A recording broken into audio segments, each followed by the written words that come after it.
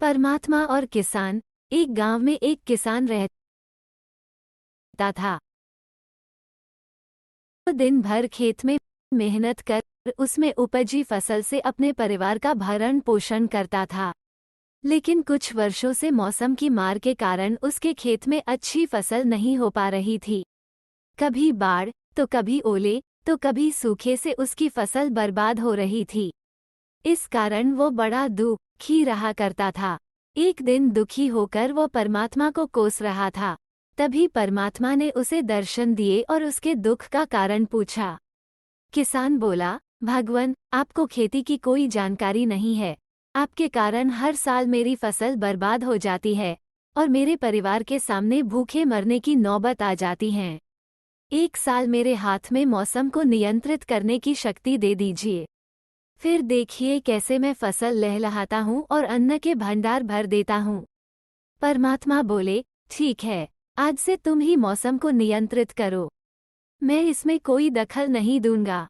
किसान बहुत खुश हुआ। उसने उस साल गेहूं की फसल बोई। मौसम का पूरा नियंत्रण उसके हाथों में था। उसने धूप, पानी सब अपने हिसाब से आने दी।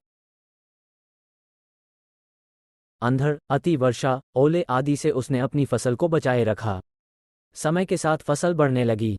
फसल देख किसान झूम उठा, क्योंकि इतनी अच्छी फसल उसके खेत में कभी हुई ही नहीं थी। जब कटाई का समय आया तो वह बहुत उत्साहित था। वो मन ही मन सोचने लगा कि अब भगवान को पता चलेगा कि फसल कैसे ली जाती है। इतने साल वे हम किसानों को यूं ही परेशान करते रहे। फसल कटाई का समय आने पर किसान ने फसल की कटाई की तो गेहूं की बालियां देख उसके होश उड़ गए। एक भी बाली के अंदर गेहूं नहीं था। वो विलाप करते हुए परमात्मा को याद करने लगा। परमात्मा प्रकट हुए तो वह बोला, हे भगवान, ये मेरी फसल को ये क्या हुआ? परमात्मा बोले, इस बार सब कुछ तुम्हारे नियंत्रण में था। तुमने हवा, पानी, धूप सब कुछ तो फसल के अनुकूल रखी, फिर भी वो खोखली रह गई। जानते हो क्यों? इसका कारण है कि तुमने फसल को संघर्ष का अवसर ही नहीं दिया। न वो कड़ी धूप में तपी, न ही बारिश की तेज बौछारों को सहा, न ही वो तूफानी अंधड़ से जूझी। इस कारण वे खोखली रह गई। कड़ी धूप, तेज वर्षा, आंधी तूफान जैसी चुनौतियों के आगे फसल खुद को बचाने संघर्ष करती है। चुनौतियों का सामना करने से जिस शक्ति और ऊर्जा का संचार उनमें होता है, वही अंततः अन्न के रूप में उनकी बालियों में संग्रहित होता है। इस बार बिना संघर्ष के वे खोखली रह गई। इस कहानी से यह सीख मिलती है कि जीवन में चुनौतियां और संघर्ष अति आवश्यक है। चुनौतियां से जूझने और संघर्ष करने से हम में कई आंतरिक गुणों का विकास होता है। हम साहसी, जुझारू और आत्मविश्वासी बनते हैं।